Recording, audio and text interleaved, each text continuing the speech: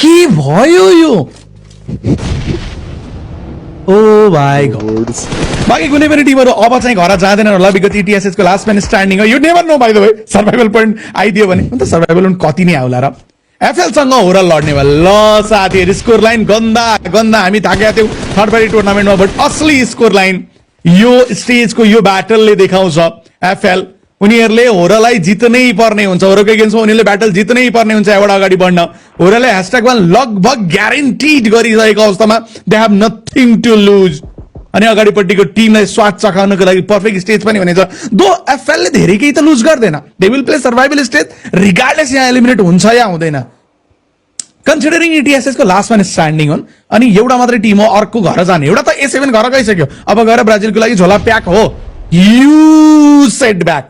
crazy setback and म already imagine गरिरहेको छु भन्दै S2G यहाँबाट फाइनल गयो भने अल्फा 7 को एगेन्स्टमा कतिवटा मिम बनाउँछ उनीहरुले अय्यो देख्दैछु अल्फा 7 निस्कियो भनेर म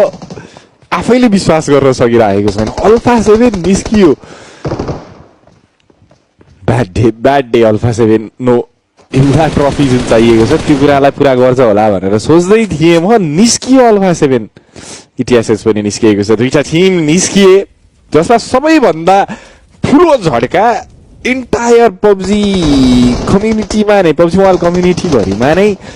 सायद हुने भनेको अल्फा 7 निस्किनु नै हुन पुग्नेछ अहिलेको सिचुएसनमा तर यतातिर फेरि जाउँ हो र स्पोर्ट्सको टिमको एग्रेसन अनि फ्ल्याशलाई रोक्ने कोसिस रहेको त थियो जिगल डाउन हुन पुगे कोचले शट दिएका त थिए विनको अगेन्स्टमा ड्यामेज रेजिस्टर गर्ने कोसिस यहाँ स्लिपीको तर्फबाट स्मोक छ स्मोकले हल्का भिजन ब्लक थियो हो र स्पोर्ट्स रोक्न खोज्दैछ र देवीको हो र स्पोर्ट्स इक्वेसन क्याल्कुलेट गरौँ मित्रहरू इक्वेसन क्याल्कुलेट गरौँ